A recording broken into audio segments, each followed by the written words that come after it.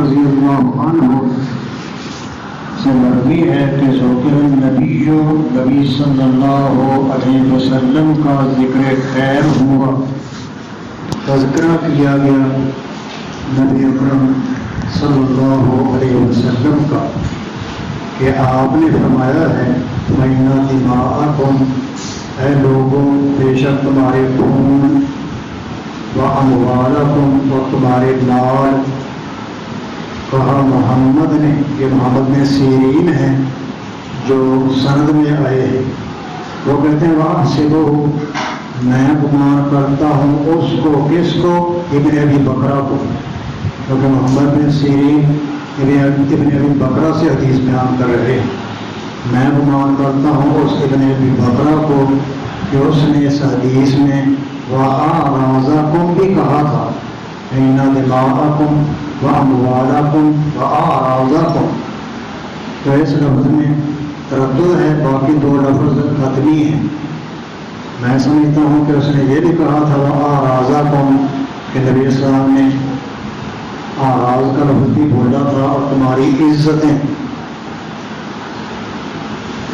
بے شک تمہارے خون، تمہارے مال، تمہاری عزتیں علیکم حرام، تم پر حرام ہیں، جس وقت تمہارے اس دن کی حرمت کی، اس دن سے یوم النحر ہے، فی شہرکم ھذا، اس مہینے میں، مہینے سے ذو الحجہ ہے، اور ایک حدیث میں فی باراتکم ھذا بھی آتا ہے اس شہر میں، اور شہر سے مراد مکہ مکرمہ ہے۔ مقصود آپ کا یہ تھا کہ جیسے تم یوم النحر کی حرمت کو مانتے ہو، ذو الحج کے احترام کو مانتے ہو، اس مکہ شہر کا احترام کرتے ہو، ویسے ہی تمہارے خون مال جاننے بھی احترام والے ہیں، ان کا بھی احترام کرو، کسی کا خون نہ بہاؤ، کسی کی عزت پامال نہ کرو، کسی کا مال ہضم نہ کرو ناحق طریقے سے۔ یہ آپ نے دستور انسانی پیش کرتے ہوئے یہ جملہ بھی بولا۔ ویسے آپ کا خطبہ تو لمبا چوڑا تھا، دوسری حدیث میں اس کا ذکر ہے، یہاں صرف اس کے ایک جملے کو راوی نے ذکر کیا ہے کہ نبی صاحب نے اپنے خطاب میں فرمایا تھا تمہارے خون، تمہارے مال اور تمہاری عزتیں تم پر حرمت والی ہیں، جیسے کہ حرمت ہے اس دن نہر کے دن کی، اس مہینے ذو الحج میں، اس شہر مکہ میں۔ اور پھر آپ نے فرمایا خبردار، چاہیے کہ میرا یہ پیغام پہنچا دے حاضر ہونے والا تم میں سے، جو تم میں سے اس خطاب کے وقت موجود ہے، وہ پیغام ان لوگوں تک پہنچا دے جو موجود نہیں ہیں۔ اس کا ترجمہ باب سے تعلق ہے، ترجمہ باب بھی امام نے یہی کہہ دیا ہے، خبردار چاہیے کہ یہ پیغام پہنچا دے تم میں سے حاضر ہونے والا غیر حاضروں کو۔ یہاں حدیث مکمل ہو گئی، آگے محمد بن سیرین کی عبارت ہے، وَقَانَ مُحَمَّدٌ يَقُولُ، اور محمد بن سیرین کہا کرتے تھے۔ محمد بن سیرین تو تابعی ہیں جو پیچھے سند میں آئے ہیں، جب وہ یہ حدیث اپنے شاگردوں کو پڑھاتے اور سناتے تو اس کے بعد یہ بھی کہا کرتے تھے اپنی طرف سے، اور محمد بن سیرین کہا کرتے تھے صدق رسول اللہ صلی اللہ علیہ وسلم، نبی اکرم صلی اللہ علیہ وسلم نے سچ فرمایا۔ کانا ذالک، یہ ہوا ہے، ایسا نے فرمایا تھا نا میرا پیغام جو حاضر ہیں غیر حاضروں کو پہنچا دیں، کیونکہ جو حاضر نہیں ہیں ان میں سے بعض اس پیغام کو زیادہ یاد رکھنے والے ہو سکتے ہیں۔ یہ لفظ یہاں نہیں ہے لیکن حدیث میں اس کا بھی ذکر آتا ہے کہ آپ نے میرا پیغام غیر حاضروں کو پہنچا دینا، کیونکہ غیر حاضروں میں جو موجود نہیں ہیں ایسے لوگ ہوں گے جو میری اس حدیث کو زیادہ یاد رکھیں گے اور اس کو آگے پہنچائیں گے۔ تو محمد سیرین کہا کرتے تھے کہ نبی صاحب نے جیسے فرمایا سچ نکلا، ایسے ہو کر رہا۔ بعد میں واقعی ایسے لوگ آئے جو اللہ کے پیغمبر کی حدیث کو زیادہ یاد رکھنے والے اور حدیث نبوی کی زیادہ خدمت کرنے والے ثابت ہوئے، جیسے محدثین ہیں۔ محدثین بعد میں آئے ہیں، نبی صاحب کی زندگی میں تو نہیں تھے، بعد میں ہیں ان کو نبی صلی اللہ علیہ وسلم کے یہ پیغام پہنچے، حدیثیں پہنچی، محدثین نے حدیثوں کو یاد رکھا، پھر ان کی خدمت بھی خوب کی ہے، ان کو آگے پہنچانے کے لیے پوری زندگیاں صرف کر دی۔ تو جیسے نبی صلی اللہ علیہ وسلم نے کہا تھا ویسے ہی ہوا ہے۔ محمد بن سیرین کہا کرتے تھے وکان محمد، اور محمد بن سیرین تب بھی کہا کرتے تھے اس حدیث کو بیان کرنے کے بعد کہ نبی صلی اللہ علیہ وسلم نے سچ فرمایا، کان ذالکا، یہی ہوا ہے۔ نبی صلی اللہ علیہ وسلم سے اس خطاب کو سننے والے جو ہیں انہوں نے یہ پیغام آگے پہنچایا غائبین کو، تو غائبین میں ایسے لوگ نکلے جو نبی صلی اللہ علیہ وسلم کے پیغام کو واقعی زیادہ یاد رکھنے والے اور آگے پہنچانے اور پھیلانے والے تھے۔ یہاں تک محمد بن سیرین کی کلام آگے علی حل بلغ، تو یہ نبی صلی اللہ علیہ وسلم کے الفاظ ہیں۔ پھر حدیث شروع کر دی ہے محمد بن سیرین کی خود جملہ معترضہ کے بعد، علی حل بلغ تو مرتين، خبردار کیا میں نے اللہ تعالیٰ کا پیغام پہنچا دیا ہے۔ مرتين میں نے قالها مرتين، آپ نے یہ کلمہ 2 دفعہ کہا، علی حل بلغت، علی حل بلغت۔ کوئی بات اہم جو ہے وہ 2 یا 3 دفعہ کہی جا سکتی ہے، اور یہ ہے کہ اللہ نے پیغام مجھے دیا، میں نے تم تک پہنچا دیا ہے، اب اس پر عمل کرنا تمہارا کام ہے، میرا کام تبلیغ پیغام پہنچانا ہے، میں نے اپنا فرض ادا کر دیا، آگے عمل کا فریضہ تم پر عائد ہوتا ہے کہ تم امت والوں کی حفاظت کرتے ہو، احترام کرتے ہو یا نہیں۔ مرت یعنی یہ بدلغتوں کا مفعول بنایا جائے، کیونکہ بدلغتوں کا مفعول بنائے تو وہاں بن جاتا ہے کیا میں نے 2 مرتبہ اللہ کا پیغام پہنچا دیا ہے، حالانکہ 2 مرتبہ آپ نے 1 دفعہ ہی کہا ہے ان دماغکم و اموالکم و اعراضکم علیکم حرام، 2 دفعہ تو نہیں کہا، آپ نے یہ حدیث 1 دفعہ ہی بیان کی ہے۔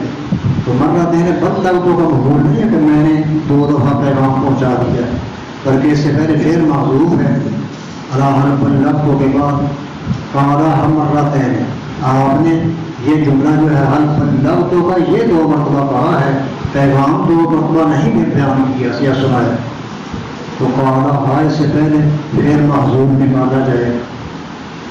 پھر یہ حدیث ہے، اس کا ترجمہ باب سے تعلق واضح ہے، ترجمہ باب وہ اس حدیث کا ہی لفظ ہے، لیبلغ الشاہد منکم الغائب، چاہیے کہ تم میں سے جو حاضر ہونے والے ہیں وہ غیر حاضروں تک میرا یہ خطاب، یہ پیغام پہنچا دیں۔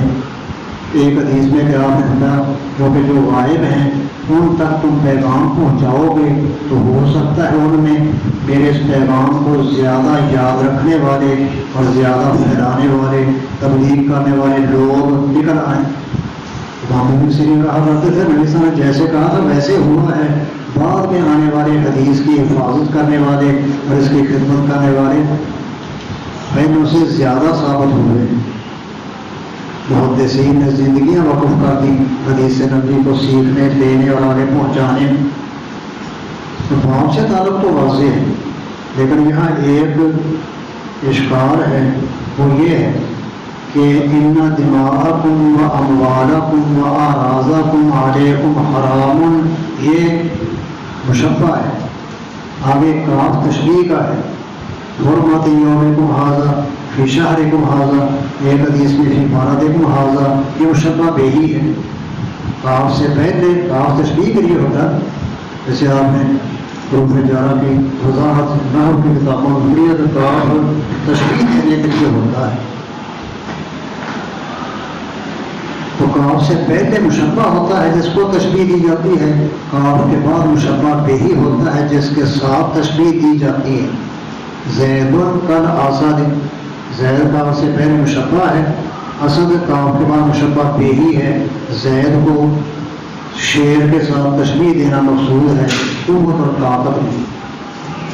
اور قانون یہ ہے کہ مشبہ سے مشبہ بہی اقویٰ ہونا چاہیے، مشبہ بہی اقویٰ ہوتا ہے مشبہ سے، جیسے زید پر اسد میں اصل مشبہ بہی ہے اور وہ اقویٰ ہے زید مشبہ سے، شیر زیادہ طاقت والا ہے زید سے۔ یہ تو یہاں تو قاعدہ صادق آ گیا کہ مشبہ بہی اقویٰ ہونا چاہیے مشبہ سے، زید بن اسد میں، لیکن یہاں ایسے نہیں، یہاں دماءکم و اموالکم و اعراضکم یہ مشبہ ہے، یومکم ھذا شہرکم ھذا بلدکم ھذا، یہ مشبہ بہی ہے، یہاں مشبہ اقوا بن رہا ہے، حالانکہ مشبہ بہی اقوا ہونا چاہیے، کیونکہ یہ دن، یہ مہینہ، یہ شہر، اس کی اتنی حرمت نہیں جتنی خونوں مالوں اور جانوں کی، ان کی حرمت زیادہ ہے۔ اسی نے میرے فاروق خانہ کعبہ کے پاس کھڑے ہو کر کہا کرتے تھے، کعبہ تیرا بڑا مقام ہے لیکن ایک مسلمان کا احترام تو اس سے بھی زیادہ ہے۔ تو خونوں مالوں کی عزتوں کی حرمت جو ہے وہ زیادہ ہے یومکم ھذا شہرکم ھذا سے، تو فائدہ تو یہ ہے کہ مشبہ بہی اقوا ہونا چاہیے، یہاں مشبہ اقوا بن رہا ہے، مشبہ بہی اقوا نہیں۔ یہ کہہ دے کہ خراب ہو گیا، اس کے دو جواب دیے گئے ہیں کہ مشبہ بہی اقوا ہونا چاہیے، یہاں مشبہ بہی اقوا نہیں، مشبہ اقوا بن گیا ہے۔ تو دو جواب ہیں، ایک تو یہ کہ اگرچہ ہمارے عقیدے کے مطابق یہاں دماءکم اموالکم اعراضکم یہ اقوا ہے، لیکن جو لوگ نبی اسلام کے مخاطب تھے، جو جاہلیت سے نکل کر آئے، جاہلیت سے نکل کر اسلام قبول کرنے والے تھے، نو مسلم تھے، ان کا نظریہ یہاں مشبہ بہی کے اقوا ہونے کا تھا۔ وہ اس دن، اس مہینے، اس شہر کی حرمت کو زیادہ سمجھتے تھے خونوں والوں سے۔ خونوں والوں کی کوئی اہمیت نہیں کرتے، گلے کاٹتے جاتے تھے، مال لوٹ لیتے تھے، عزتیں پامال کرتے تھے، زنا کاریاں بدکاریاں کرتے رہے ہیں جاہلیت میں۔ ان کا نظریہ جو ہے، اگرچہ اسلام لانے کے بعد نے اس کو چھوڑ دیا ہے، لیکن نظریہ وہی ذہن میں بیٹھا ہوا تھا کہ خونوں والوں کی کوئی اہمیت نہیں۔ اس شہر سے، اس مہینے کی حرمت زیادہ ان کے نزدیک، اسی لیے تو کوئی آدمی کسی کے باپ کو قتل کر کے مکے میں آ جاتا، پیچھے قاتل کے مقتول کے وارث پیچھا کرتے تو مکے شہر میں داخل ہونے قاتل سے ہاتھوں پر رک جاتے ہیں، یہ حرمت کے شہر میں آ گیا ہے، اب اس کو قتل نہیں کرنا۔ گویا اگرچہ ہمارا عقیدہ تو یہی ہے کہ خونوں مالوں کی احترام زیادہ ہے، اور یہ اقوا ہمارے نزدیک ہے، ان کے نزدیک مہینہ اور شہر اقوا تھا، ان کے عقیدے کے مطابق وہ خونوں والوں کو اقوا نہیں سمجھتے تھے، یہ شہر اس مہینے کی حرمت کو زیادہ سمجھتے تھے۔ ان کے عقیدے کے مطابق یہاں مشبہ بہی ہی اقوا بنتا ہے، ان کے عقیدے کے مطابق، اگرچہ نفس الامر میں، واقعہ میں مشبہ جو ہے وہ اقوا ہے، کیونکہ خونوں مالوں کا احترام زیادہ ہے شہر اور مہینے سے، لیکن ان کے عقیدے کے مطابق آپ نے یہ بیان کیا ہے، ان کا نظریہ یہی تھا کہ مشبہ بہی اقوا ہے، اس دن، اس مہینے، یہ شہر کی حرمت زیادہ ہے خونوں مالوں سے، ان کے نظریے، تو یہاں ان کے عقیدے کے مطابق مشبہ بہی ہی اقوا بنتا ہے۔ اعتراض یہی تھا کہ یہاں مشبہ بہی اقوا نہیں ہے، تو ہم نے کہا کہ ان کے نظریے کے مطابق مشبہ بہی ہی اقوا بنتا ہے، کیونکہ ان کا نظریہ یہی تھا کہ خونوں والوں کو اتنا احترام نہیں جتنا شہر اور مہینے کا ہے۔ یا تو یہ جواب ہے کہ ان کے نظریے کے مطابق مشبہ بہی اقوا ہی ہے، تو مشبہ بہی کو ہی اقوا ہونا چاہیے۔ دوسرا جواب یہ دیتے ہیں کہ تشبیہ جو ہے کبھی اقوا کے ساتھ ہوتی ہے، کبھی اشہر کے ساتھ ہوتی ہے۔ مشبہ بہی کبھی اقوا ہوتا ہے جیسے زید بن اسد ہے، کبھی مشبہ بہی اشہر ہوتا ہے، اقوا نہیں ہوتا۔ تو یہاں تشبیہ اقوا کے ساتھ نہیں ہے، اشہر کے ساتھ، کیونکہ اس مہینے، اس دن، اس شہر کی حرمت اور احترام مشہور و معروف تھا۔ یہاں اعتراض سے بچنے کے لیے مشبہ بہی اقوا ہونا چاہیے، جواب یہ دے دیا کہ تشبیہ کبھی اقوا کے ساتھ ہوتی ہے جیسے زید بن اسد ہے، کبھی اقوا کے ساتھ نہیں ہوتی، اشہر کے ساتھ ہوتی ہے۔ یہاں دوسری صورت مراد ہے کہ مشبہ بہی اشہر ہے، زیادہ مشہور ہے پہلے سے۔ تو یہ ہے کہ تمہارے میرے سامنے حجۃ الوداع کے موقع پر خطاب کرتے ہوئے الفاظ میں دستور حیات یا منشور انسانی پر زور دیا، اور اس میں یہ جملہ بھی آپ نے بولا، اور بھی کئی چیزیں آپ نے بیان کی تھی جو دوسرے احادیث میں آتی ہیں۔ یہاں راوی نے ایک جملہ آپ کے خطاب کا ذکر کیا ہے اپنے فرمایا تمہارے خون ایک دوسرے کو خون بہانا یہ جائز نہیں، یہ قابل احترام ہے خون، ہر ایک کے خون کا احترام کرو، کسی کا خون نہ بہاؤ۔ وہ اموالہ کو تمہارے مال بھی تمہارے قابل احترام ہیں، کسی کا مال ناحق طریقے سے کھانے کی کوشش نہ کرنا یا سلب نہ کرنا یا چوری ڈاکے نہ مارنا، مال بھی احترام والے ہیں۔ اور عزتیں، کسی کی عزت پر مال نہ کرنا، کسی کی عزت پر حملہ نہ کرنا، کسی کو بدکاری کی طرف خواہ مخواہ منسوب نہ کرنا، عزتوں کا احترام کرنا، یہ آپ نے حجت اللہ کے موقع پر بیان فرمایا۔ تو ہے آپ نے یہ فرمایا میرا پیغام حاضر ہمارے غیر حاضر کو پہنچا دیں، اور یہی ترجمہ بات ہے۔ غیر حاضر سوال یا تو وہ ہیں جو حجت اللہ کے موقع پر موجود نہیں تھے، تو ہمیں جو اب موجود ہیں وہ جو موجود نہیں ہیں ان کو جا کر میرے یہ پیغامات سنا دینا۔ اور غائبین میں قیامت تک آنے والے لوگ بھی مراد ہو سکتے ہیں جو حجت الوداع کے موقع پر موجود نہیں تھے بلکہ پیدا ہی نہیں ہوئے تھے، قیامت تک پیدا ہونے والے ہیں۔ آپ کا مقصد یہ تھا کہ میرا پیغام نسل در نسل آنے والوں کو پہنچاتے جانا، دونوں معنی ہی اس میں داخل ہیں۔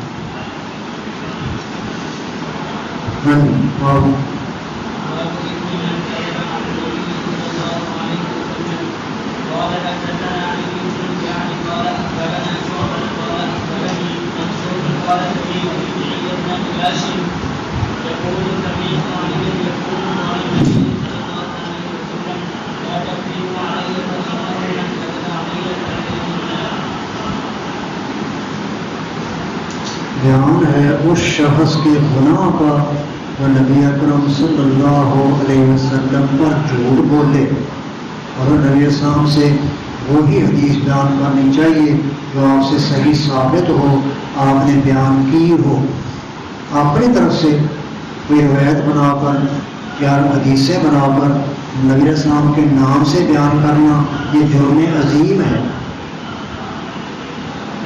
حدیث وہ بیان کی ہے اللہ پیغمبر نے بیان کی ہے، آپ سے صحیح ثابت ہے۔ جو آپ سے ثابت نہیں ہے وہ آپ کے نام سے بیان نہیں کرنی چاہیے۔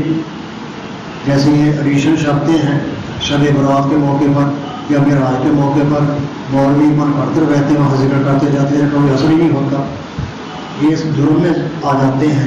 نبی صاحب پر جھوٹ بولنے والا مجرم ہے، اس کے گناہ کو بیان کرنا مقصود ہے۔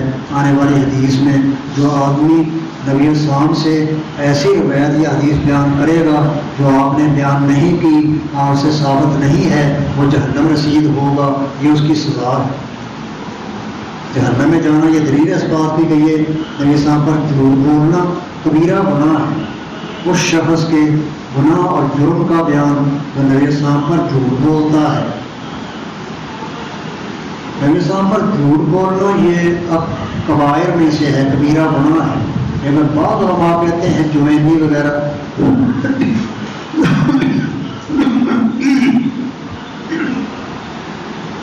ابو محمد جوینی اور ابن منیر کہتے ہیں کافر ہو جاتا ہے جو آدمی نبی السلام سے ایسی حدیث بیان کرے جو آپ سے ثابت نہیں ہے، وہ کہتے ہیں کافر ہو جائے گا۔ امام جوینی ابن منیر کا فتویٰ یہ ہے کہ کافر ہو جائے گا، لیکن صحیح بات یہ کہ کافر نہیں کہنا چاہیے، کیونکہ یہ اہل سنت کا عقیدہ ہے۔ کوئی مسلمان جس کے دل میں اللہ رسول کی تصدیق ہے، زبان سے اقرار ہے، عمل اسلام کے مطابق کرتا ہے، اہل سنت کا عقیدہ ہے، ایسا مسلمان کوئی گناہ کرنے سے اسلام سے خارج نہیں ہو جاتا۔ جیسے کتاب ایمان میں یہ بات گزر چکی ہے کہ مرتکب کبیرہ مسلمان مرتکب کبیرہ معتزلہ کے نزدیک اسلام سے نکل جاتا ہے، خوارج کے نزدیک وہ کفر میں داخل ہو جاتا ہے۔ اہل سنت کہتے ہیں نہ وہ اسلام سے نکلتا ہے نہ کفر میں داخل ہوتا ہے، بلکہ وہ فاسق ہوتا ہے، کافر نہیں ہوتا۔ اس لیے یہ کہنا کہ نبی صاحب پر جھوٹ بولنے والا مسلمان کافر ہو جائے گا یہ جوینی وغیرہ کا فتویٰ ہے، لیکن جمہور اہل سنت یعنی اہل حق جو ہیں وہ اس بات کے قائل ہیں نبی صاحب کی طرف جھوٹی روایت منسوخ کرنے والا کبیرے کا مرتکب ہے، بڑا گناہ کرتا ہے، جو جہنم میں لے جانے والا ہے، لیکن کافر نہیں ہو، کفر کا فتویٰ نہیں لگائیں۔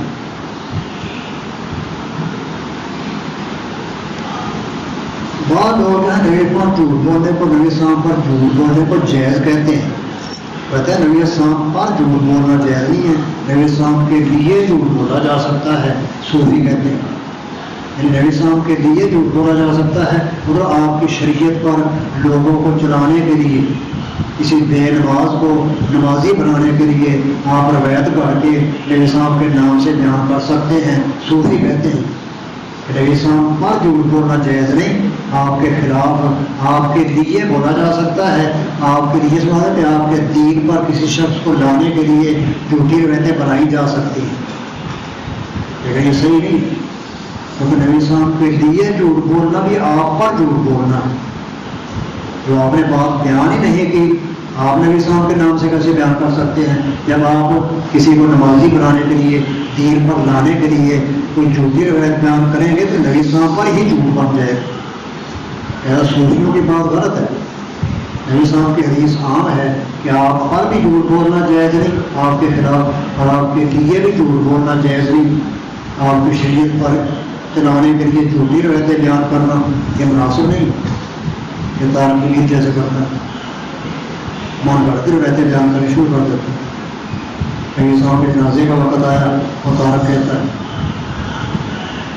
تو نہ نبی السلام کی وفات قریب تھی، آپ بیمار تھے، آپ سے پوچھا گیا تھا کہ نبی آپ کا جنازہ کون پڑھائے گا؟ یہ تارک بیان کرتا ہے، سنا ہوگا.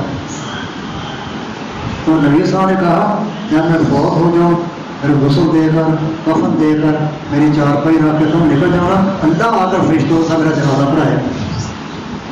اللہ جنازہ پڑھائے گا، اللہ کہے گا اللہ کو فرتا ہوا ہوں، وہ کس اللہ کو کہے؟ ایسا بیوقوف آدمی. اللہ جنازہ پڑھائے گا فرشتوں کے ساتھ، یہ اللہ کا جنازہ ہے، پھر اللہ دعائیں کرے گا، اے اللہ اس کو معاف کر دے، اس کے درجے بلند کر دے. اللہ تو خود اللہ ہے، وہ کسی اور اللہ کو کس کو کہہ رہا ہے؟ اے اللہ اس کو معاف کر. اللہ میرا جنازہ پڑھائے گا فرشتوں کے ساتھ. یہ ہے نبی السلام پر جھوٹ بولنا، یہ کبیرہ گناہ ہے. کے لیے ویسے کسی صاحب نے یہ دعا پڑھی تھی، اور وسلم کے لیے کسی صاحب نے یہ دعا پڑھی تھی. کون سی؟ صحابہ آتے رہے ویسے درود پڑھ کے چلے جاتے تھے، یہ دعا پڑھی ہے. یہ جنازہ تھا نبی السلام کا جنازہ یہی تھا کہ صحابہ آپ کے حجرے میں، کیونکہ گنجائش زیادہ نہیں تھی، تھوڑے تھوڑے لوگ 10 داخل ہوتے اور درود پاک پڑھ کے نکل جاتے، تو یہی آپ کا جنازہ تھا. جنازہ یوں پڑھا گیا ہے آپ کے لیے، آپ کی میت موجود ہو، کوئی اور امتی آگے ہو کر آپ کے لیے بخشش کی دعائیں کریں. آپ تو بخشے ہوئے جنت کے سردار ہیں، آپ اشارہ کریں گے تو فرشتہ جنت کا دروازہ کھولے گا، آپ کو ان دعاؤں کی ضرورت ہی نہیں تھی. تو آپ کا جنازہ پڑھا گیا ہے درود پانے کی صورت میں. حالانکہ باقاعدہ جماعت نہیں ہوئی، کیونکہ آپ کے ہوتے ہوئے کوئی اور امام نہیں بن سکتا، پھر آپ کے لیے دعائیں محفوظ کرنے کی ضرورت نہیں. وہ آگے سے اعتراض کریں کہ اللہ ملائکۃ یصلون علی النبی، تو اللہ اس کے فرشتے آگے درود پڑھتے رہے ہیں، تو اس کا کیا جواب دیں گے؟ اللہ جنازہ پڑھے گا، اللہ کی کہیں گے مطلب وہ کہیں درود پڑے گا اللہ درود پڑھتا ہے. یہی تو غلطی ہے آپ کی. جب صراط کا لفظ اللہ تعالیٰ کے منصوبوں سے پڑھنا مراد نہیں ہوتا، رحمت بھیجنا مراد ہوتا ہے. اللہ صراط بھیجتے نہیں پر رحمت بھیجتے. اللہ پر اپنے پر درود پڑھنے کی اللہ کو مقرر ہے کہ اللہ یہ کہ اللہ صلی اللہ محمد اللہ رحمت ہی بھیجے، مراد فرشتے رحمت بھیجنا اور ہے، پڑھنا اور چیز. اللہ مقرر نہیں پڑھنے کا کہ پڑھے نبی اسلام پر دعائیں پڑھے یا درود پڑھے. پڑھنا مراد ہے رحمت. اللہ واقعی بھیجتا ہے نبی اسلام پر بھی، کئی اپنے بندوں پر بھی. وہ تو رحیم ہے، رحمت بھیجنا تو اس کا کام ہے، صفت ہے اس کی. رحمت بھیجنا اور چیز ہے، لیکن پڑھنا جو ہے یہ تو غلط چیز ہے. اللہ درود پڑھے نبی اسلام پر، تو اللہ کی طرف صلاح پر منصوب ہو تو اس بار رحمت بھیجنا ہوتا ہے. فرشتوں سے منصوب ہو تو دعا کرنا ہوتا ہے، بندوں سے منصوب ہو تو درود پڑھنا مراد ہوتا ہے. تو یہ ہے کہ نبی السلام پر جھوٹ بولنا بھی جائز نہیں ہے. آپ کے لیے، آپ کی شریعت پر لوگوں کو چلانے کے لیے جھوٹی روایتیں بنا کر نبی السلام کے نام سے بیان کرنا یہ بھی کبیرہ گناہ ہے. ہاں وہ صورتیں مستثنا ہے جن میں شریعت نے اجازت دی ہے جھوٹ بولنے کی. اور ہر کو خود آپ کافروں کو دھوکہ دیا جا سکتا ہے، جھوٹ بولا جا سکتا ہے. کوئی فوجی مسلمان گرفتار ہو گیا ہندوؤں کے پاس، وہ پوچھتے ہیں ہمارے اسلحے کے ڈپو کہاں ہے؟ وہ اسلحے کے ڈپو بتائے گا تو وہ بمباری کر کے بسم کر دیں گے، تمہارا سارا اثر غلط بیان کر دیں. ہے وہاں کہتے ہیں یہ فلاں جگہ ہے، جھوٹ بول سکتا ہے کافروں کے پاس، اپنی جان بچانے کے لیے بھی غلط بیانی کر سکتا ہے، کافر کو دھوکہ دینا یہی حرب ہے، اور حرب خود آپ اس طرح خامد بیوی کے پاس جھوٹ بول سکتا ہے بیوی کو راضی رکھنے کے لیے، بیوی کہتے فلاں زیور چاہیے، کہتا ٹھیک ہے بنا دوں گا، یہ دے گا نہیں، یہ طاقت ہی بنانا کیا ہے، اس کو خوش رکھنے کے لیے ایسا کہہ سکتا ہے، یہ اس طرح اصلاح بین الناس، لوگوں کی صلح کروانے کے لیے بھی غلط کہا جا سکتا ہے، ایسا قذاب اللہ یصلح بین الناس، دو آدمی لڑے ہوئے ہیں آپس میں روٹھے ہوئے ہیں، وہ ایک دوسرے کو دیکھنا پسند نہیں کرتے، یہ جا کر کہتا ہے بھائی وہ فلاں تیرا ساتھی جس سے تو ناراض ہے وہ مجھے ملنا چاہتا ہے، بڑا تڑپ ہے اس کو، ابھی صلح کر رہی چاہیے آپ، حالانکہ وہ دیکھنا نہیں چاہتا، یہ کہتا ہے تو صلح کرنا چاہتا ہے، ایسا اس کے پاس جا کر کہتا ہے فلاں تیرا جس سے تو روٹھا ہوا ہے وہ تجھے بڑا یاد کرتا ہے، تجھے ملنا چاہتا ہے، صلح کر لینی چاہیے، حالانکہ اس کو دیکھنا بھی نہیں چاہتا، یہ کہتا ہے صلح کرنی چاہتا ہے، تو ایسے صلح کروانے کے لیے قذف جائز ہے، جن صورتوں کو شریعت نے مستثنا کیا ہے وہ ہم مستثنا قرار دیں گے جھوٹ سے، باقی سب ممانعت میں آتی ہیں، نبی السلام پر جھوٹ بولنا یا آپ کے لیے جھوٹ بولنا بھی مستثنا نہیں ہے، حرام ہے، جیسا ضعیف رہتے بیان کرنا یا موضوع رہتے بیان کرنا بھی آپ پر جھوٹ ہے، یہ بھی اس وعید میں آتا ہے، جیسے بیضاوی اور زمخشری جو ہیں اپنی تفسیروں میں صورتوں کی فضیلت میں موضوع روایت بیان کرتے ہیں، ایک روایت بیان کرتے ہیں، اس صورتوں کی فضیلت میں ہے وہ موضوع، لیکن یہ تب ہے جب کہ قصدن ہو، جانتے بوجھتے ہوئے جھوٹی روایت بیان کی جائے یا موضوع روایت بیان کی جائے، اور کسی کو علم نہیں ہے، پتہ نہیں ہے، اس نے جھوٹی روایت بیان کر دی، وہ اس وعید میں شامل نہیں، روحیان امت رکھاتا ہوا نسیان، کیونکہ حدیث بھی آگے تعمد کا لفظ آئے گا، جو قصدن نبی السلام پر جھوٹ بولتا ہے وہ جہنم میں داخل ہوگا، اور یہ ہے کہ جو قصدن نہیں بولتا غلطی سے روایت بیان کر دیتا ہے، بعد میں لوگ اس کو بتاتے ہیں یہ روایت تو موضوع ہے تو نے بیان کر دی ہے، تو اس نے غلطی سے بیان کی ہے تو اس وعید میں شامل نہیں ہو، لہذا ضعیف اور موضوع روایتیں نبی السلام کے نام سے بیان کرنا یہ بھی اس وعید میں آ جاتا ہے، من کاذبانی متعمدا فلیتبوأ مقعدہ من النار، یہ ہے یہاں حدیث جو ہے وہ علم ہے، علم حدیث میں جھوٹ جائز نہیں ہے، وہی حدیث بیان کریں جو اللہ کے پیغمبر سے صحیح ثابت ہے، جو آپ سے ثابت نہیں یا منفرد ہے اس کو اللہ کے پیغمبر کے نام سے بیان نہ کریں، لیکن لوگوں کو بتانے کے لیے کہ یہ موضوع ہے پھر بیان کی جا سکتی ہے، بس ایک روایت بیان کرتا ہے موضوع، بعد میں کہتا ہے یہ موضوع روایت ہے بھی، اس کی نشاندہی کرنے کے لیے لوگوں کو اس کی وجہ سے خبردار کرنے کے لیے بیان کی جا سکتی ہے، روایت موضوع بیان کر کے کہے یہ موضوع ہے من گھڑت ہے، اس کا کوئی ثبوت نہیں، یہ جائز، یہ تو آپ تردید کے لیے بیان کرتے ہیں نہ کہ حجت کے لیے، تو یہ امام بخاری باب ہے کہ حدیث جو یہ علم ہے اور علم شریعت ہے، علم شریعت میں قرآن کریم کی تفسیر، حدیث نبوی اور فقہ دین آ جاتے ہیں، یہ تینوں علم شریعت ہے، جب حدیث بھی علم شریعت ہے تو اس میں جھوٹ بولنا جائز نہیں ہے، جو جھوٹ بولے گا کبیرے کا مرتکب ہوگا اور قیامت کے دن جہنم رسید ہوگا، یہ وعید بیان کرنا مقصود ہے۔ کرامیہ جو ہے انہوں نے بھی وضع حدیث کو جائز کہا، کہتے ہیں میرے اسلام کے دین پر لوگوں کو چلانے کے لیے حدیثیں گڑھی جا سکتی ہیں، کرامیہ ایسے عراقی نے کہا ہے وجب وضع الوضع فی الترغیب قوم ابن الکرام وفی الترغیب، وجب وضع الوضع فی الترغیب قوم ابن الکرام وفی الترغیب، ابن کرام سیزستانی جو ہے اس کی قوم کرامیہ نے ترغیب و ترہیب کے لیے روایتیں کہانی کو جائز بنا دیا ہے، حالانکہ یہ موضوع رہتے ہیں، ترغیب و ترہیب کے لیے بھی روایتیں بنانا جائز ہے، ترغیب و ترہیب کے لیے لوگوں کو نیکی کی رغبت دینا، جہنم کے عذاب سے ڈرانا یا گناہوں سے ڈرانا، جیسے یہ نبی السلام کی حدیثیں ہی کافی ہیں، آپ اس سے گانے کی ضرورت نہیں، تو کرامیہ بھی ترغیب و ترہیب میں حدیث سے گانے کو جائز کہتے ہیں، یہ بھی جائز نہیں ہے، حرام ہے۔ مستثنا صورتیں دو تین جو ہیں وہ مستثنا مخصوص کر کے باقی نبی صاحب کے نام سے جھوٹ بولنا یہ جائز ہی نہیں. امام بخاری رحمۃ اللہ علیہ نے اس ترجمہ باب میں 5 روایتیں بیان کی ہیں, 5 حدیث, اور وہ ترتیب وار بیان کی ہے. پہلی حدیث علی کی بیان کی ہے کیونکہ اس میں نبی صاحب پر جھوٹ بولنے کی ممانعت کا ذکر ہے اور اس کی سزا کا ذکر ہے. نبی صاحب پر جھوٹ بولنے کی ممانعت اور اس کی سزا کا ذکر ہے پہلی حدیث میں جو حضرت علی رضی اللہ تعالیٰ عنہ سے مروی ہے. جیسے یہ حدیث ہے یقول حضرت علی کہا کرتے تھے کہ نبی اکرم صلی اللہ علیہ وسلم نے فرمایا لا تکذبوا علی, مجھ پر جھوٹ نہ بولنا, آنا مجھ پر جھوٹ نہ بولنا, میرے نام سے کوئی جھوٹی روایت بیان نہ کرنا, وہی بتانا جو میں نے کہا ہو یا کیا ہو.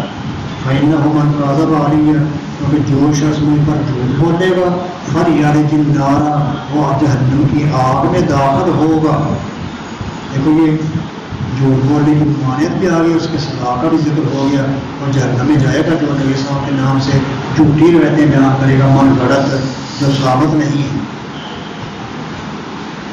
فلیرج النار یہ امر ہے.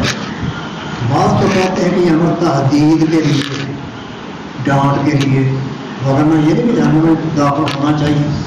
یہ تحدید کے لیے, جیسے قرآن کریم میں آتا ہے من شاء فلیکفر, جو چاہے کفر کرے. یہاں کفر کی اجازت نہیں دی جا رہی. یکفر امر کا صیغہ ہے, من شاء فلیکفر یہ امر کا صیغہ ہے, امر وجوب کے لیے نہیں, تحدید کے لیے ہے, کفر سے ڈرانے اور ہٹانے کے لیے. تو یہاں بھی امر جو ہے تحدید کے لیے مان لیا جائے.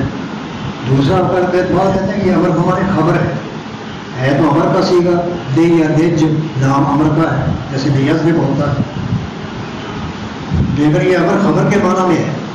معنی ہے تمہیں جھوٹ بولے گا اور جہنم میں داخل ہوگا, داخل ہو نہیں داخل ہوگا قیامت کے دن. امر ہمارے خبر, اور خبر دی جا رہی ہے تمہیں پر جھوٹ بولنے والا قیامت کے دن جہنم میں داخل ہوگا. امر ہمارے خبر بھی ہو سکتا ہے. بعض کہتے ہیں کہ یہ امر جو ہے اپنے اصل معنی پر ہے. اصل معنی جب ہوگا تو معنی یہ کریں گے فلیرج النار, فلیأمر نفسہ بخروج النار, وہ اپنے آپ کو حکم دے جہنم میں جانے. یہ امر اپنے اصل معنی میں ہو جائے گا. جب اپنے اصل معنی میں ہوگا تو پھر یہ فلیأمر نفسہ بخروج النار یہ معنی ہو جائے گا کہ وہ آپ میں داخل ہونے کا اپنے آپ کو حکم دے. امر اپنے آپ کا رہتا ہے اپنے اصل کا. تو یہ حدیث ہے, اس میں گویا نبی صاحب پر یا آپ کے لیے جھوٹ بولنے کی ممانعت ہے لا تکذبوا علی, پھر اس کی وعید اور سزا کا بھی ذکر ہے من کذب علی فلیرج النار. عام حالات کے اندر توریہ کرنے کا کیا ہوتا ہے؟ عام حالات کے اندر توریہ کرنا کسی مسلمان کا حصہ اور یہ بات صحیح ہوتی ہے, لیکن ذرا مبہم لفظوں کے ساتھ بیان کی جاتی ہے. توریہ کے علم بلاغت کی ایک قسم ہے, فصیح بلیغ لوگ توریہ کرتے ہیں. عام حالات کے اندر کسی مسلمان کے توریہ ساتھ کیا جا سکتا ہے, لیکن اس میں قدر نہیں ہونا چاہیے. ایک بات جو صحیح ہے اس کو ایک عام لفظ کے ساتھ بیان کرنا, یہ توریہ ہے. اگلے بندے کے ذہن میں بنا کوئی اور بات ڈالتا ہے لیکن حقیقت کے اندر یہی مقصد ہوتا ہے توریہ کہ میں نے جو بات ہے وہ اس کو واضح نہیں بیان کرنی, اس کو اندھیرے میں رکھنا. یہ توریہ جائز ہے.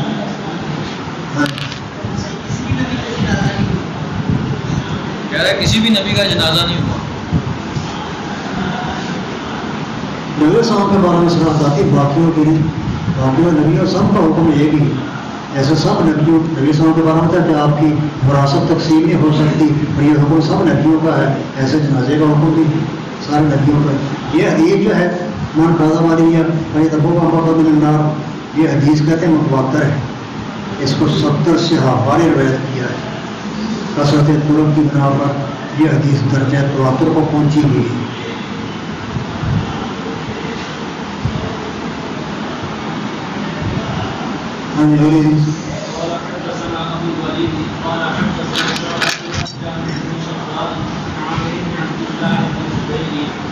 أبي قال ابن الزبير إني لا أسمعك تحدث عن رسول الله صلى الله عليه وسلم كما يحدث فلان. قال أما إني لم أخالفه ولكن سمعته يقول من كذب علي متعمدا فعل به النار. بیان کیا ہمیں ابن ولید نے شعبہ سے اور ابن شداد سے وہ عامر ہیں، عبداللہ بن زبیر سے وہ اپنے باپ عبداللہ بن زبیر سے بیان کرتے ہیں. کہا عبداللہ بن زبیر نے میں نے کہا اپنے باپ حضرت زبیر کے لیے رضی اللہ عنہ. حضرت زبیر صحابی ہیں، عبداللہ بن زبیر کی طرح بڑے بہادر تھے، جنگوں میں بڑے کارنامے سر انجام دیا کرتے تھے. تو کہا میں نے اپنے باپ زبیر سے، عبداللہ کہتے ہیں ابھی ہے عبداللہ ہے، عبداللہ بن زبیر، اے ابا انی لا اسمعک، بے شک میں نہیں سنتا آپ سے کہ آپ نبی السلام سے حدیثیں بیان کرتے ہوں جیسے کہ فلاں صحابی بیان کرتے ہیں. فلاں صحابی اللہ کے پیغمبر کی حدیثیں بڑی بیان کرتے ہیں، آپ کم ہی حدیث بیان کرتے ہیں اللہ کے پیغمبر سے، حالانکہ آپ بھی صحابی ہیں ان کی طرف. اس کی وجہ کیا ہے؟ بے شک میں نہیں سنتا آپ سے کہ آپ بیان کرتے ہیں نبی السلام سے جیسے بیان کرتے ہیں فلاں اور فلاں. یہ فلاں فلاں ہے، ان میں سے ایک فلاں کی وضاحت ابن ماجہ میں آتی ہے کہ ایک فلاں اسمہ عبداللہ بن مسعود ہے. اور جیسے عبداللہ بن مسعود اور ابو ہریرہ وغیرہ زیادہ حدیثیں بیان کرتے ہیں، آپ کیوں نہیں کرتے حالانکہ آپ بھی صحابی ہیں. تو حضرت زبیر نے جواب دیا، کہا حضرت زبیر نے اما خبردار انی لم افارقہ، بے شک میں نبی السلام سے جدا نہیں ہوا. یہ نہیں کہ فلاں صحابی انسان کے پاس زیادہ رہے ہیں میں کم رہا ہوں، نہیں، میں بھی اللہ کے پیغمبر کے ساتھ رہا ہوں اکثر، آپ سے جدا نہیں ہوا. خبردار میں آپ سے جدا نہیں ہوا، لیکن میں زیادہ حدیث سے کیوں نہیں بیان کرتا. اور سمیت تو ہوں، لیکن میں نے سنا ہے نبی السلام سے آپ فرماتے تھے من کاذب علی فلیتبوأ مقعدہ من النار، جو مجھ سے مجھ پر جھوٹ بولے گا، جھوٹی روایتیں میری طرف منسوخ کرے گا، وہ اپنا مقام جہنم میں بنائے گا. چاہیے کہ بنا دے وہ اپنا ٹھکانا جہنم کی آگ سے، کیونکہ آپ کی یہ وعید ہے. اور میں اس لیے کثرت روایت سے بچتا ہوں، کیونکہ کثرت روایت میں غلطی کا امکان ہوتا ہے. زیادہ روایتیں بیان کی ہیں، انسان سے کبھی غلطی بھی ہو سکتی ہے، اور غلطی ہونے پر یہ وعید ہے نبی السلام کی، اس لیے زیادہ حدیثیں بیان نہیں کرتا. لیکن جن صحابہ نے زیادہ حدیثیں بیان کی ہیں ان کو یقین تھا ان کی صحت کا. ابو ہریرہ رضی اللہ عنہ نے 5000 سے زیادہ حدیثیں روایت کی تو ان کو یقین تھا کہ حدیثیں صحیح ہیں، ثابت ہیں. لہٰذا صحابہ وہی حدیثیں بیان کرتے تھے جو اللہ کے پیغمبر سے ثابت ہوتی تھی یا سنی ہوتی تھی. غیر سنی ہوئی کہ کوئی ایسی روایت جو جس میں یقین نہیں ہوتا اس کو بیان نہیں کرتے. حضرت زبیر کہتے ہیں کہ زیادہ حدیثیں کیوں نہیں بیان کرتا تاکہ غلطی نہ ہو جائے. لیکن جن صحابہ نے زیادہ بیان کی ہیں ان کو یقین تھا کہ صحیح حدیثیں ہیں، اس لیے بیان کی. یہ نہیں کہ وہ غلط ہو گئے معذرت. اس حدیث میں عبداللہ بن زبیر کی حدیث میں کیا ہے کہ صحابہ کرام کثرت روایت سے احتیاط کرتے ہوئے بچا کرتے تھے. یہ دوسری حدیث، پہلی حدیث امام بخاری روایت حضرت علی کی یہ بتانے کے لیے کہ نبی صاحب پر جھوٹ بولنا منع ہے اور اس کی سزا جہنم رسید ہونا ہے. عبداللہ بن زبیر کی حدیث رائے ہیں یہ بیان کرنے کے لیے کہ صحابہ کرام نبی صاحب پر جھوٹ سے بچنے کے لیے کثرت روایت سے احتیاط کیا کرتے تھے. زیادہ روایتیں ہی بیان کرتے تھے، وہی بیان کرتے تھے جو ان کے ہاں یقیناً ثابت ہوتی تھی نبی السلام سے. کثرت روایت سے بچتے تھے کیونکہ کثرت روایت میں زیادہ روایتیں بیان کرنے میں غلطی ہونے کا بھی امکان ہوتا ہے. لیکن جنہوں نے زیادہ بیان کی ہیں ان کو یقین تھا ان کی صحت کا، اس لیے بیان کی. باقی رہا انی لم افارقہ، میں نبی السلام سے جدا نہیں ہوا. اس کو اغلبیت پر معمول کریں گے کہ اکثر جدا نہیں ہوئے اور بعد دفعہ جدا ہونا ثابت ہے. حضرت زبیر نے ہجرت کی تھی مکے سے حبشے کی طرف، یا نبی السلام سے جدا ہی تھے. نبی السلام حبشے تو نہیں گئے. حضرت زبیر نے اپنی بیوی کے ساتھ ہجرت حبشہ کی تھی، اس میں بھی نبی السلام سے جدا ہوئے. پھر وہ حبشے سے مدینے آئے تھے، اس وقت نبی صلی اللہ علیہ وسلم سے جدا تھا، کیونکہ ہجرت کے وقت نبی صلی اللہ علیہ وسلم کے ساتھ ابو بکر صدیق ہی تھے اور کوئی نہیں تھا۔ اس موقع پر بھی ان کا جدا ہونا ثابت ہو گیا۔ اگر یہاں لم و فارق ہو اس کو اغلبیت پر محمول کریں گے کہ اکثر جدا نہیں ہوا، اگرچہ بعض دفعہ جدا ہونا ثابت ہے، لیکن جدا نہیں ہوا پھر میں روایت زیادہ بیان کیوں نہیں کرتا، کیونکہ یہ وعید میرے سامنے ہے نبی اسلام کی، اسی میں کثرت روایت سے بچتا ہوں تاکہ اللہ کے پیغمبر کی طرف کوئی غلط بھاونا منسوخ کر سکوں۔ لیکن وہ صحابہ جو کثیروں روایہ ہیں ان کے بارے میں کہا جائے گا کہ ان کو یقین تھا، اس لیے انہوں نے زیادہ حدیثیں بیان کی ہیں، اور ان کو تردد ہوتا تو بیان نہ کرتا، اور صحیح ثابت حدیث ہے۔ اگر دوسری حدیث امام بخاری یہ بتانے کے لیے لائے ہیں کہ صحابہ کرام نبی اسلام پر جھوٹ سے بچنے کے لیے کثرت روایت سے بچا کرتے تھے۔ تیسری حدیث ہم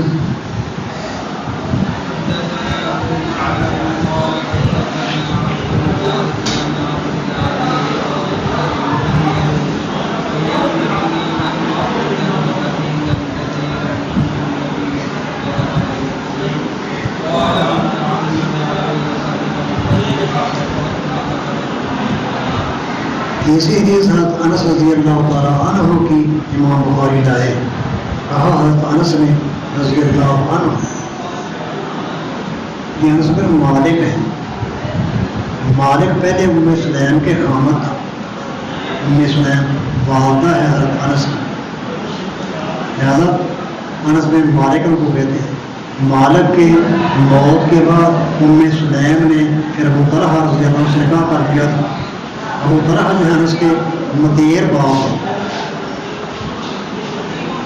بیٹی والدہ ام سلیم نے، انس پہلے پیدا ہو چکے تھے مالک سے، مالک کے بعد ان کی والدہ ام سلیم نے حضرت ابو طلحہ سے نکاح کر دیا تھا، اور ابو طلحہ ان کے مدیر باپ ہوئے، مالک جو ہے حقیقی باپ ہوئے، اس لیے کو انس بن مالک کہتے ہیں۔ کہا انس بن مالک رضی اللہ عنہ نے انہ لیمنعنی، بے شک روکتی ہے مجھے، ان احدثکم، اس بات سے کہ میں بیان کروں تمہارے پاس حدیثیں زیادہ۔ کیا روکتی ہے؟ ان النبی، یہ فاعل ہے، یمنعنی، یمنعنی پھر آگے ان احدثکم کے بعد ان النبی، یہ جملہ فاعل بنے گا یمنعنی، بے شک روکتی ہے مجھے تمہارے پاس زیادہ حدیثیں بیان کرنے سے یہ بات کہ نبی اکرم صلی اللہ علیہ وسلم نے فرمایا ہے من تعمد علی کاذبا فلیتبوأ مقعدہ من النار، یہ بات روکتی ہے۔ نبی صلی اللہ علیہ وسلم نے فرمایا جو شخص مجھ پر آمدن اور قصدن جھوٹ بولے گا وہ اپنا ٹھکانہ جہنم میں بنائے گا۔ اس حدیث کو امام بخاری لائے ہیں یہ بیان کرنے کے لیے نبی اسلام پر قصدن جھوٹ بولنا جائز نہیں ہے، اور غلطی سے جھوٹ صادر ہو جائے وہ اس وعید میں داخل نہیں۔ جو شخص قصد کرے گا وہ پر جھوٹ بولنے کا، یہ آمدن جو پتہ بھی حدیث موضوع ہے یا ضعیف ہے، ثابت نہیں ہے، پھر بھی وہ نبی اسلام کے نام سے بیان کرے گا، یہ اس وعید میں شامل ہے۔ لیکن جو غلطی کی بنا پر کوئی روایت منسوخ کر دے وہ اس وعید میں شامل نہیں، اور تعمد کا لفظ آ گیا۔ یہ حدیث امام بخاری لائے ہیں یہ بتانے کے لیے نبی اسلام پر آمدن جھوٹ بولنا جائز نہیں ہے۔